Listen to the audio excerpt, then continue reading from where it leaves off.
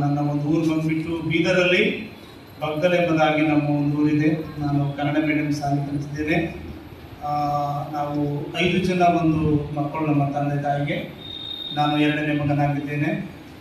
ನಮ್ಮದೆಲ್ಲ Kannada medium school ಆಗಿದೆ. ಅದಕ್ಕಾಗಿ ನಾನು 2013ನೇ ಒಂದು ವರ್ಷದಲ್ಲಿ ನಮ್ಮ ಫ್ಯಾಮಿಲಿಯಲ್ಲಿ ತುಂಬಾ ಒಂದು ಸಮಸ್ಯೆಗಳು ಪ್ರಾಬ್ಲಮ್ಗಳು ಬಂದಿದ್ದವು.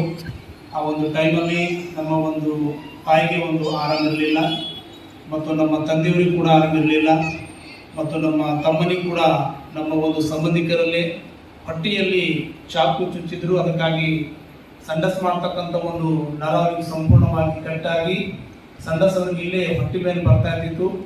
ಹೈದರಾಬಾದಲ್ಲಿ ಉಸ್ಮಾನ್ ಹಾಸ್ಪಿಟಲ್ದಲ್ಲಿ ಅವರಿಗೆ ಆಪರೇಷನ್ ಮಾಡಿಸಿದ್ವಿ.